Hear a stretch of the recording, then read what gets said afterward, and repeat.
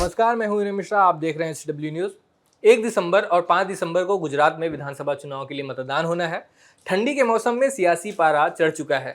इस बार गुजरात की लड़ाई बहुत ही ज़्यादा दिलचस्प हो गई है।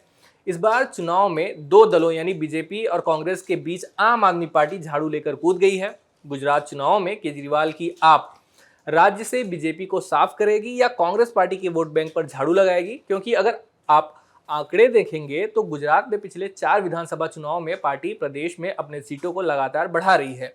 चुनाव को लेकर आपके मन में भी कई सवाल उठ रहे होंगे कि आखिर गुजरात की जनता ने क्या मूड बनाया है। इस वीडियो में हम इसी बात पर थोड़ा प्रकाश डालेंगे कि चुनाव से पहले गुजरात की जनता ने क्या मूड बनाया हुआ है। इस वीडियो में आगे बढ़ें उससे पहले मैं आपसे एक विनम्र अनुरोध करूंगा कि अगर आपको हमारा यह वीडियो पसंद आए तो लाइक करें, शेयर भी करें, और अगर आप हमारे चैनल को सब्सक्राइब करते हैं तो क्या ही बात है। जनता की मूड के बारे में बात करें उससे पहले अधिक समय न लेते हुए मैं चुनाव से जुड़े कुछ महत्वपूर्ण तथ्यों से दर्शकों को अवगत कराना चाहूँगा। गुजरात में कुल 182 विधानसभा की सीटें हैं, जिनमें से अनुसूचित जातियों के लिए 13 और अनुसूचित जनजातियों के लिए 27 सीटें आरक्षित हैं। गुजरात विधानसभा चुनाव में कुल 1621 उम्मीदवार मैदान में हैं। फेज 1 में जिन 89 सीटों पर मतदान होगा उनमें से कुल 788 उम्मीदवार चुनाव लड़ेंगे, जिनमें से 70 महिला उम्मीदवार हैं और 339 निर्दलीय हैं। इसी तरह फेज 2 में 93 सीटों पे कुल 833 उम्मीदवार चुनाव लड़ेंगे। दूसरे चरण में 69 महिला उम्मीदवार जबकि 285 निर्दलीय उम्मीदवार हैं। रजिस्टर्ड वोटर्स की बात करें तो प्रदेश में कुल लगभग 5 करोड़ के करीब रजिस्टर्ड वोटर्स हैं। निर्वाचन आयोग द्वारा जारी आंकड़ों के अनुसार गुजरात में वोटर्स की संख्या 4,90,89,765 है। यहाँ पुरुष मतदाता 2.53 करोड़ और महिला मतदाताओं की संख्या 2.37 करोड़ है। गुजरात में आगामी विधानसभा चुनाव के लिए 51,782 पोलिंग स्टेशन होंगे। पिछले चुनाव में बीजेपी को एक सीट से सेंचुरी से महरूम रहना पड़ा था, यानी उसके खाते में 99 सीटें आई थी, जबकि कांग्रेस ने पाटीदार आंदोलन जैसे मुद्दे होने के बावजूद 77 सीटों पर जीत दर्ज की थी। वहीं अन्य को 6 सीटों पर जीत मिली थी। अब आते हैं असली मुद्दे पर। गुजरात में आम आदमी पार्टी के आने के बाद लड़ाई बहुत ही ज़्यादा दिलचस्प हो गई है। पंजाब में फतह करने के बाद आम आदमी पार्टी पूरे जोश के साथ गुजरात में भी अपना परचम लहराने की कोशिश में जुट गई है। आम आदमी पार्टी की कोशिश देखकर आपको पश्चिम बंगाल में बीजेपी की कोशिश की याद आ सकती है। बंगाल में बीजेपी ने वहां की मुख्य विपक्षी पार्टियों कांग्रेस और वाम दल को तगड़ा चोट पहुंचाया था, लेकिन सत्ता की पहुंच से वे दूर रहे थे। क्या आम आदमी पार्टी गुजरात में इसी तरह की भूमिका निभाएगी, यानी वह प्रदेश में मुख्य विपक्षी दल बन जाएगा? खैर, इसके बारे में अभी कुछ नहीं कहा जा सकता। जोरदार तरीके से लड़ाई जारी है और नतीजे 8 दिसंबर को ही आएंगे। अब बात करते हैं तीनों पार्टियों के प्रचार के रणनीति के बारे में। सबसे पहली पार्टी है भारतीय जनता पार्टी। लगभग 3 दशकों से बीजेपी गुजरात की सत्ता पर काबिज है, लेकिन बीजेपी आने वाले 5 सालों में सत्ता में फिर से बनी रहना चाहती है। एंटी इनकम्बेंसी उसके सामने है और बीजेपी आला कमान ने प्रदेश में पहले ही मुख्यमंत्री बदल दिया है ताकि इसका प्रभाव विधानसभा चुनाव में कम पड़े।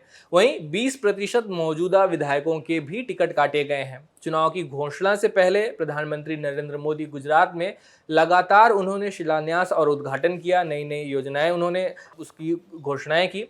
चुनाव घोषणा हो जाने के बाद कई केंद्रीय मंत्री और दूसरे राज्यों के मुख्यमंत्री लगातार गुजरात में जोरदार तरीके से प्रचार कर रहे हैं। जानकारों का कहना है कि बीजेपी के इस आक्रामक प्रचार अभियान का उनको जरूर फायदा मिलेगा। विधानसभा चुनाव से ठीक पहले कई कांग्रेसी नेताओं का बीजेपी से जुड़ना भी बीजेपी के लिए फायदे का सौदा साबित हो सकता है। बीजेपी ने अपने घोषणा पत्र में 20 लाख नौकरियां, मजदूरों को 2 लाख तक guarantee loan, common civil code, स्कूलों का मॉडिफिकेशन, बुजुर्ग महिलाओं को मुफ्त बस यात्रा, 300 यूनिट तक मुफ्त बिजली जैसे कई वादे किए हैं। वहीं दूसरी पार्टी है आम आदमी पार्टी। मैदान हो या social media, Bharatiya Janata party की तरह ही जोरदार तरीके से आम आदमी पार्टी भी प्रचार कर रही है। आम आदमी पार्टी ने मुख्यमंत्री चेहरे के रूप में इसुदान गढ़वी के नाम की भी घोषणा कर दी है। दिल्ली के मुख्यमंत्री केजरीवाल और पंजाब के मुख्यमंत्री भगवंत मान लगातार पार्टी के लिए माहौल बनाने में जुटे हुए हैं। आम आदमी पार्टी की ओर से मुफ्त बिजली का वादा जो दिल्ली और पंजाब में काम कर गया, पार्टी इसे गुजरात में भी दोहराने की बात कर रही है। पार्टी खुद को कांग्रेस के विकल्प के रूप में स्थापित करने की कोशिश कर रही है। आपने भी 300 यूनिट मुफ्त बिजली देने का वादा किया है। पुरानी पेंशन योजना को बहाल करने की बात कही गई है। गुजरात की महिलाओं को 1,000 रुपए का मंथली अलाउंस भी देने की बात कही गई है। वहीं 3,000 रुपये का बेरोजगारी भत्ता भी इनकी ओर से वादा किया गया है और गांव के सरपंचों को 10,000 रुपये फिक्स सैलरी और 15 लाख नौकरियां और 2 लाख तक किसानों को लोन और 18,000 पंचायतों में स्कूल और हर गांव में मोहल्ला क्लिनिक खोले जाने के वादे भी आम आदमी पार्टी की ओर से किए गए हैं। अब बात करते हैं कांग्रेस पार्टी की।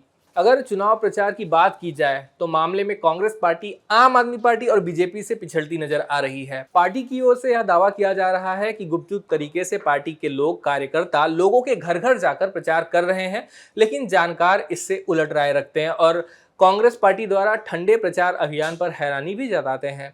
राहुल गांधी भारत जोड़ो यात्रा लेकर आगे बढ़ रहे हैं और गुजरात में उन्होंने न के बराबर समय दिया है। पार्टी के नए नवेले अध्यक्ष मल्लिकार्जुन खड़गे भी गुजरात में थोड़ा लेट प्रचार करने पहुंचे। उन्होंने मीडिया से बात करते हुए कहा कि उनके वोटर शांत है, भले ही रैलियों में न आ रहे हों, लेकिन वोट कांग्रेस पार्टी को ही देंगे। कांग्रेस पार्टी ने अपने घोषणा पत्र में जो वादे किए हैं उनके बारे में अगर आपको बता दें तो उन्होंने भी किसानों को 3 लाख तक कर्ज माफ़ी की बात कही है, बिजली बिल भी माफ़ करने और बीजेपी और आम आदमी पार्टी की तरह 300 यूनिट मुफ्त बिजली, 10 लाख सरकारी नौकरियां, 3,000 रुपये प्रतिमाह बेरोजगारी भत्ता और 3,000 सरकारी माध्यम के ऐसे स्कूल जहां पर अंग्रेजी पढ़ाई जाए, इस तरह के भी मन लुभावन वादे किए गए हैं। साथ ही पुरानी पेंशन योजना, इसका भी वादा कांग्रेस पार्टी की ओर से किया गया है। गुजरात में चुनावी बॉन्ड के जरिए किसको कितना चंदा मिला, इस पर एक नजर डालते हैं। चुनाव में चंदे का बहुत अहम रोल होता है। किस पार्टी को कितना चंदा मिल रहा है यह इस बात का भी संकेत देता है कि कौन सा पार्टी चुनाव जीत रहा है। एसोसिएशन फॉर डेमोक्रेटिक रिफॉर्म्स ने इलेक्टोरल बॉन्ड्स को लेकर पिछले 5 वर्षों में गुजरात में राजनीतिक दलों को मिले चंदे पर एक रिपोर्ट जारी की है। इससे पता चलता है कि गुजरात में जितना चंदा चुनावी बॉन्ड के जरिए दिया गया उसका 94% हिस्सा अकेले बीजेपी को मिला है। रिपोर्ट में कहा गया है कि मार्च 2018 से अक्टूबर 2022 तक गुजरात में सभी दलों को चुनावी बॉन्ड के रूप में 174 करोड़ रुपए का चंदा मिला। इसमें से बीजेपी को 163 करोड़ रुपए मिले हैं, कांग्रेस को केवल 10.5 करोड़ रुपए मिल सके। वहीं आम आदमी पार्टी की बात करें तो उसे सिर्फ 32 लाख रुपए मिले हैं। दूसरी पार्टियों को 20 लाख रुपए चंदे मिले हैं।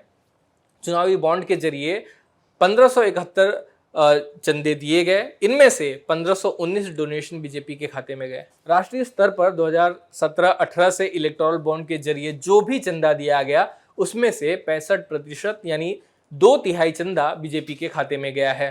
तो चलिए एक बात और आपको बता देते हैं जिससे अंदाजा मिल सके कि गुजरात चुनाव किस ओर आगे बढ़ रहा है। चुनावी सर्वेस की बात करेंगे हम। आपको बता दें कि फिलहाल गुजरात विधानसभा चुनाव को लेकर ओपिनियन पोल्स पर प्रतिबंध लगा हुआ है, लेकिन ऐसा होने से पहले सर्वे किस ओर इशारा करते थे, आइए हम जानते हैं। टाइम्स नाउ नव भारत ईटीजी के ओपिनियन पोल के अनुसार बीजेपी को गुजरात में 125 से 131 सीटें मिल सकती हैं।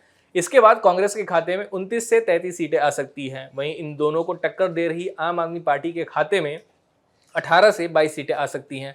अन्य को 2 से 4 सीटें मिलने का अनुमान है।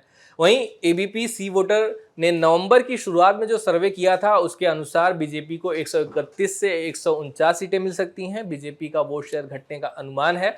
वहीं कांग्रेस पार्टी को 31 से 39 सीटें आ सकती हैं। वहीं कांग्रेस को आम आदमी पार्टी झटका देते हुए उसके वोट शेयर में सेंध लगा सकती है। हालांकि आपको 7 से 15 सीटें मिलने का अनुमान जताया गया है। और भी कई सर्वेज हैं, लगभग सभी सर्वे यही कहते हैं कि बीजेपी एक बार फिर से सत्ता में आने को तैयार है, लेकिन वाकई ऐसा होगा या नहीं यह 8 दिसंबर को ही पता चलेगा, क्योंकि अभी ग्राउंड पर जो लड़ाई जारी है वो काफ़ी गंभीर हो चुकी है, वो गंभीर रूप से चल रही है। 8 दिसंबर का ही वह दिन है जब पता चल पाएगा कि राहुल गांधी का भारत जोड़ो यात्रा कितना काम कर रहा है। और आम आदमी पार्टी के भविष्य के बारे में भी 8 दिसंबर को ही हम एक सही स्थिति में इसके भविष्य को लेकर अंदाजा लगा पाने की स्थिति में होंगे। यह वीडियो यहीं समाप्त होता है। इसे देखने के लिए धन्यवाद। अब खबरें पाइए सबसे पहले हमारे मोबाइल न्यूज एप्लीकेशन पर। एंड्रॉइड या iOS प्लेटफॉर्म पर जाइए, HW न्यूज नेटवर्क को सर्च कीजिए, डाउनलोड कीजिए और अपनी सुविधानुसार भाषा का चयन कीजिए। खबरों की भीड़ में अपने काम की खबर पाते रहिए।